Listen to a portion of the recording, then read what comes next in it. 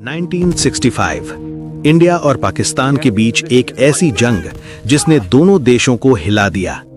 यह सिर्फ एक बॉर्डर कॉन्फ्लिक्ट नहीं था, यह स्ट्रैटेजी, हिम्मत और सैक्रिफाइस की असली परीक्षा थी।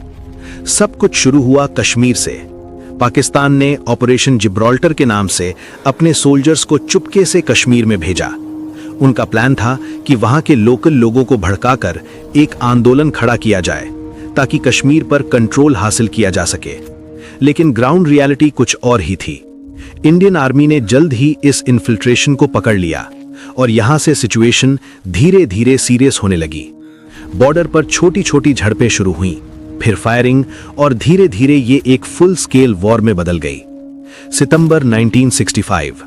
अब तक दोनों देश खुलकर सामने आ चुके थे। इंडिया ने भी मजबूत जवाब देने का फैसला लिया। पंजाब सेक्टर में इंडियन फोर्सेस ने एक बोल्ड मूव लिया। उन्होंने लाहौर की तरफ एडवांस किया। यह स्टेप सिर्फ मिलिट्री नहीं, स्ट्रेटेजिक भी था। इससे प्रेशर सीधा पाकिस्तान के मेन एरियाज पर पड़ा। अब जंग सिर्फ कश्मीर तक सीमित नहीं रही। दोनों तरफ से टैंक्स का इस्तेमाल होने लगा। हेवी आर्टिलरी, मशीन गन्स और एयरफोर्स भी इस जंग का हिस्सा बन गई। ये जंग सिर्फ जमीन पर नहीं, आसमान में भी लड़ी जा रही थी।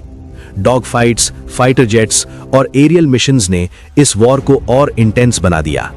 इसी बीच असल उत्तर की लड़ाई हुई। ये बैटल इंडियन आर्मी के लिए एक टर्निंग पॉइंट साबित हुई।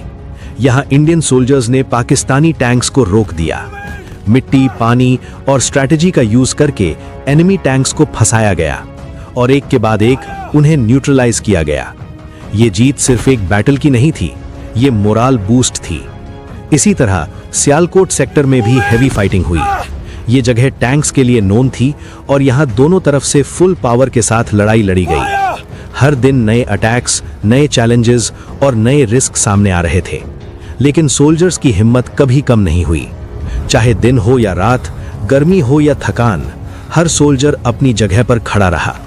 यह जंग सिर्फ वेपन से नहीं, हिम्मत से भी लड़ी जा रही थी। दोनों तरफ से काफी नुकसान हुआ। कई सोल्जर्स शहीद हुए, फैमिलीज टूट गईं, लेकिन देश की रक्षा सबसे पहले थी। धीरे धीरे पूरी दुनिया का ध्यान इस वॉर पर आ गया। इंटरनेशनल प्रेशर बढ़ने लगा। आखिर में यूनाइटेड नेशंस ने इंटरवीन किया और दोनों देशों से सीज फायर के लिए कहा गया।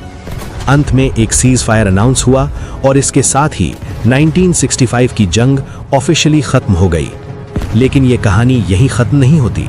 इस जंग ने एक गहरी सीख दी कि बॉर्डर पर शांति कितनी जरूरी है और यह भी कि देश की सुरक्षा के लिए कितनी बड़ी कीमत चुकानी पड़ती है। 1965 की जंग सिर्फ एक वॉर नहीं थी, ये एक कहानी थी, हिम्मत की, स्ट्रैटेजी की और सैक्रिफाइस की। जय हिंद।